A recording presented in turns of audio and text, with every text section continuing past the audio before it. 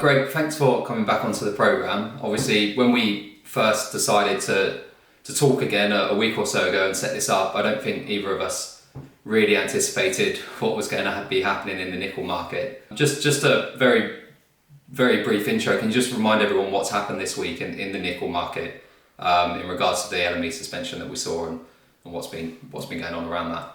Yeah, sure. So we've seen really a period of kind of climbing nickel prices on the kind of supply and demand dynamics. What we've seen last year, we saw real tightness in the availability of nickel, driven also with the growth in battery demand. Then since the recent Ukraine crisis, that has created further anxiety really about stock levels and availability of class 1 LME deliverable nickel.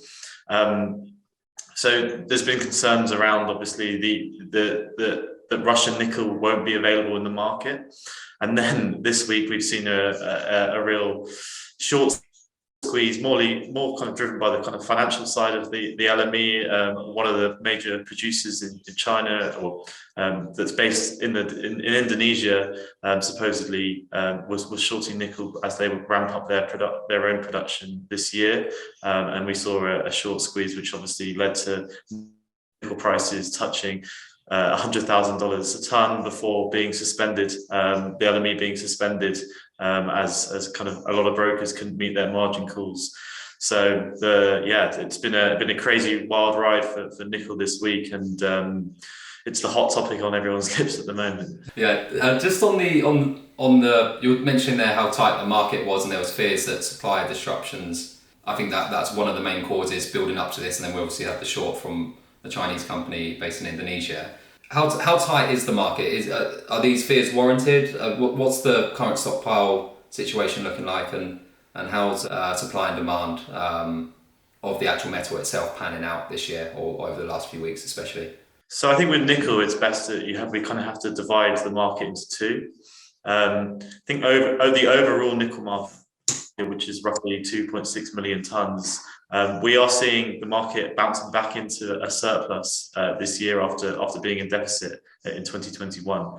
However, it's really the class 1 high purity nickel, which is LME deliverable, which is very tight at the moment, which is in the second half of last year, driven by the substantial growth in battery demand. We saw a real drawdown in LME nickel stocks, because that class 1 side of the market is very tight, and we've seen LME stocks now below 100,000 tons this year, kind of at the moment in the 75,000 ton range, and kind of continually being drawn down slowly. Russia accounts for around 20% of this class 1 nickel market. So while there isn't official sanctions yet, obviously a lot of consumers, particularly in Europe and North America, are very reluctant or even unable to take Russian nickel. They certainly look to minimize their exposure to Russia if they do have any. So it's fueled further anxiety, and the market's already tight. There isn't that much class 1 nickel available. Most of it's locked into long-term contracts. We're not seeing any material flowing into LME warehouses. And if you are reliant on Russian nickel, you're going to have to look to alternative sources, and there's going to be increased competition. So it's going to have a knock-on effect in the overall availability of that material. Just on potentially consumers having to find different sources of nickel, I'd assume, like most metals, most of the nickel that is produced in Russia would be sent over to China. I'd imagine. Is that right, or is most of the distribution fairly even around the globe? Well, actually, most Russian nickel actually finds its way into Europe. So last year, around 100,000 tons of Russian nickel was exported to Europe, which it goes mainly into the kind of alloy and other specialist industries. I think what we see, China is certainly the second largest market, but a lot of the nickel that's exported to China actually finds its way into the Shanghai Futures Exchange warehouses. I'd imagine, obviously, the situation's fast developing, things are changing every day, but we are kind of, from a benchmarks perspective, we believe that now that most Russian nickel will find its way into China. The issue you have is, well, particularly from a battery perspective, while Russian nickel doesn't really lend itself to the battery industry because it's in the form of cathode, which takes a lot longer to dissolve and costs more to dissolve into a battery suitable sulfate, it's going to have the knock-on effect of tightening availability of other class 1 nickel sources, which are more suitable for the battery industry. So it's just having this knock-on effect where the consumers will have to look elsewhere to suppliers in Canada, Australia, Madagascar, and so on. But there isn't that much available. Most of it's being locked into long-term contracts. So really, what do you do? And it's going to be a major headache particularly for European and North American consumers. Right. So I assume this is something that potentially isn't going to stop when trading potentially opens again on Monday. This is a headache that we're going to have to deal with for potentially quite a while here, because obviously the new supply to come online and new contracts to take place, I assume, takes quite a while. Yeah, exactly. And I mean, really, the LME pricing this week has detached itself really from the actual fundamentals of the market. But certainly, when trading comes back, we're not seeing material flowing back into LME warehouses anytime soon. So it's ultimately the market is still very tight, and the availability, particularly of kind of class 1 metal, which is used predominantly it's used for the industries like the stainless steel industry in Europe and North America. They rely on this class 1 material, and the battery industry. So there isn't much available, and it's not coming back anytime soon. We are seeing a ramp up in new supply from Indonesia, but that's only going into China. And I think particularly if you're a European or North American consumer, you may not be able to accept this Indonesian nickel for ESG reasons, both environmental, and also particularly there's a growing awareness of the geopolitical aspects of the nickel market, and obviously the Chinese dominance over Indonesia is another potential issue on top of kind of the issues we've had with the Russian invasion of Ukraine. So yeah, it's a kind of a myriad of ESG risks in the nickel market. Yeah, it's a tough one. Let's move on quickly to battery chemistry, because obviously it's something that's always been spoken about is the mixture or the composition of the cathode.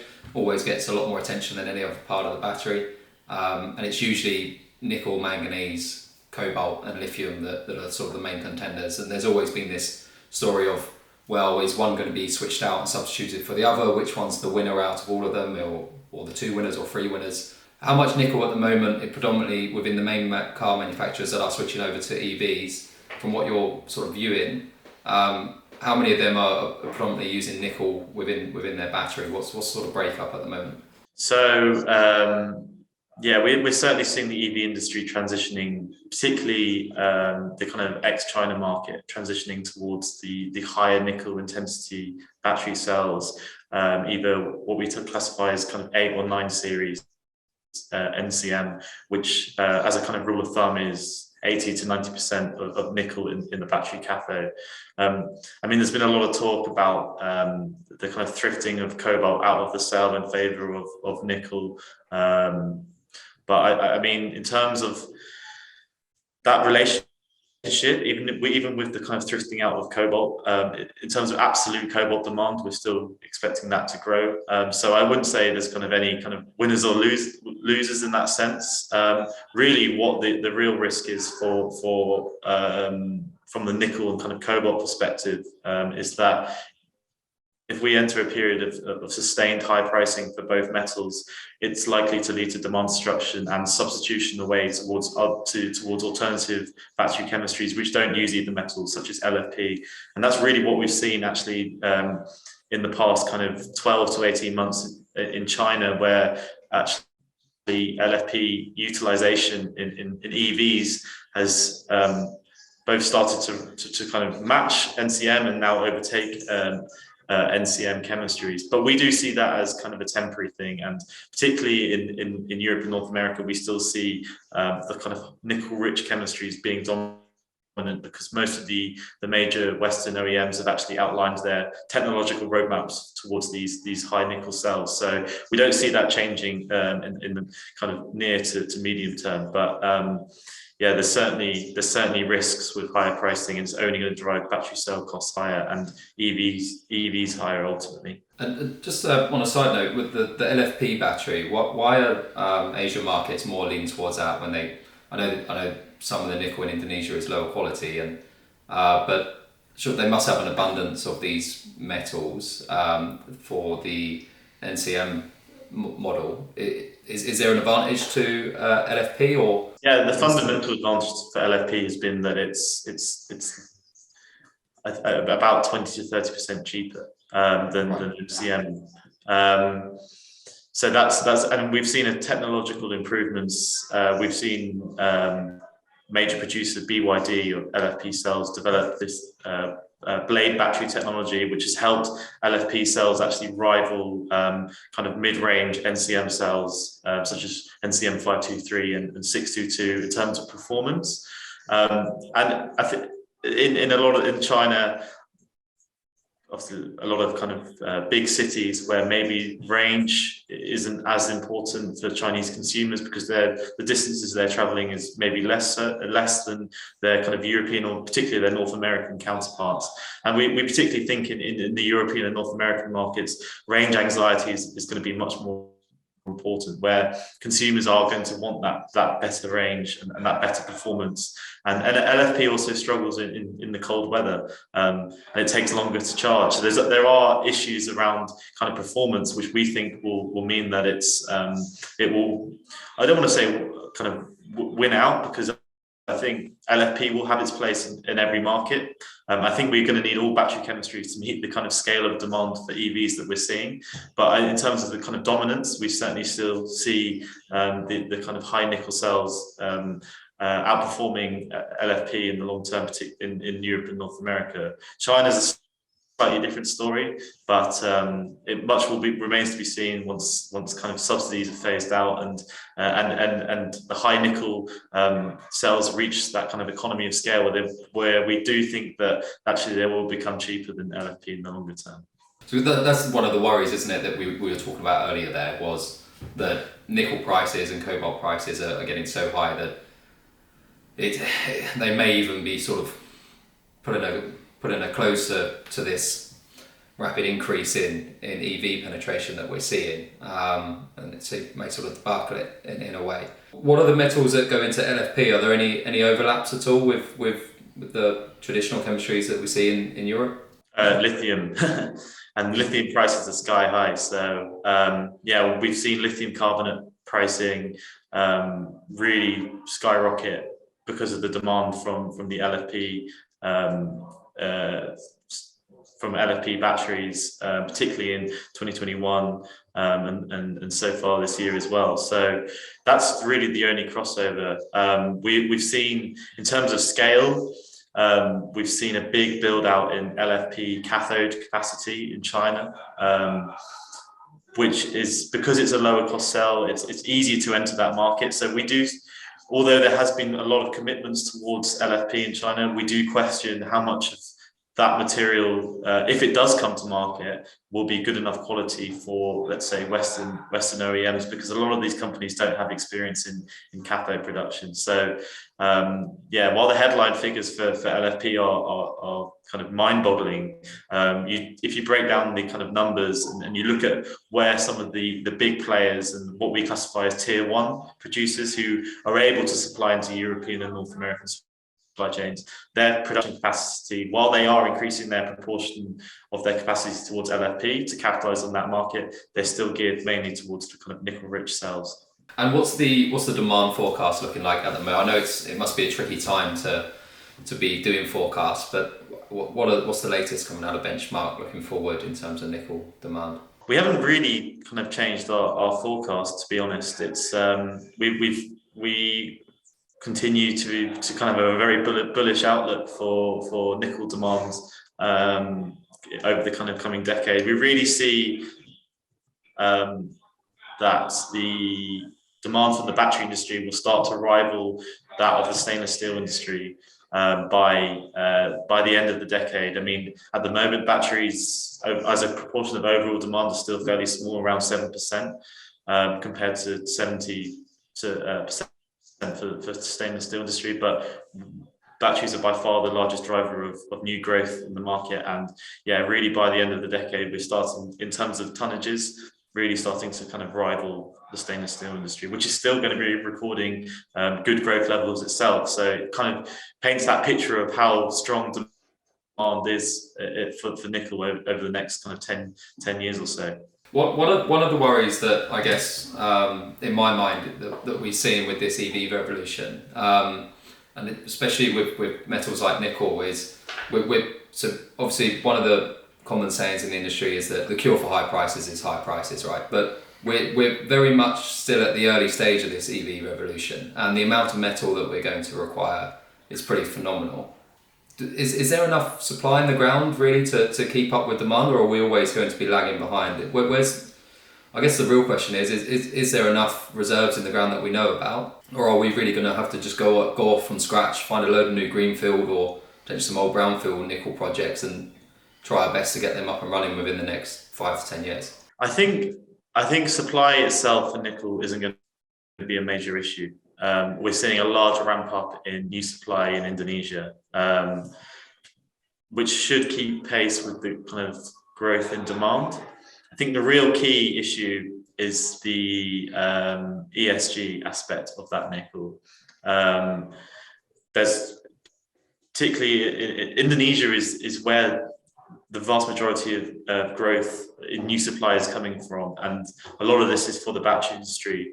But there's issues around deforestation, the management of tailings at these mines, particularly the high pressure acid leach facilities, which are targeting the battery industry.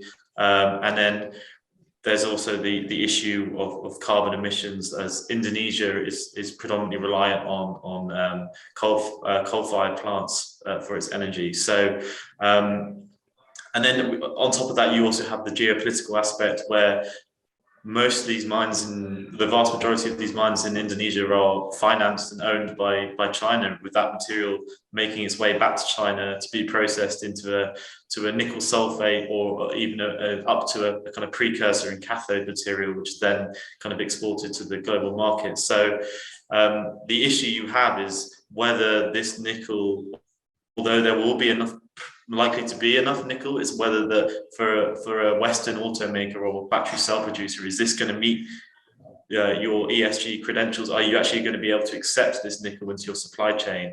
Obviously, EV consumers and buyers of electric vehicles are fundamentally more environmentally conscious than your kind of average internal combustion engine vehicle buyer. So that they don't. Although they may not care, but I think the average user will care more if the nickel that's used in their car is from dirtier sources with kind of substantially higher carbon emissions associated with it. So I think that's the kind of major issue, and we need to see new and more investment flowing into kind of other regions, particularly Australia, Canada, for new supply, which is kind of more in line with the environmental and kind of social governance aspect of what's being demanded from Europe and North American consumers. Yeah, it sounds like if you're in a nickel project in Australia or Canada, you're probably sitting pretty well at the moment. You're in a good position. Well, yeah, particularly with where prices are going. I think. Yeah. I mean, as I said, I think we're in for a period of, although prices have gone crazy recently. Obviously, there will naturally be a correction once the LME resumes trading, but we are in for a period of sustained high pricing, I believe. So it's just whether the pricing, the level of the nickel price should now incentivize new investment in projects which were previously deemed uneconomical. So you'd hope that this new investment does start to flow in, but it's still kind of early days. We need that new investment now because it will take several years to develop these mines. Yeah, that's it, isn't it? It doesn't happen overnight. I think we'll wrap it up there. But Greg, that's been really good. Perfect time really to get an update on nickel, and I think you've laid out the geopolitical and supply risks fairly well there. So hopefully people at home who are watching this get a good idea of what's going on in the market. Greg, thank you very much. Thank you very much. Pleasure.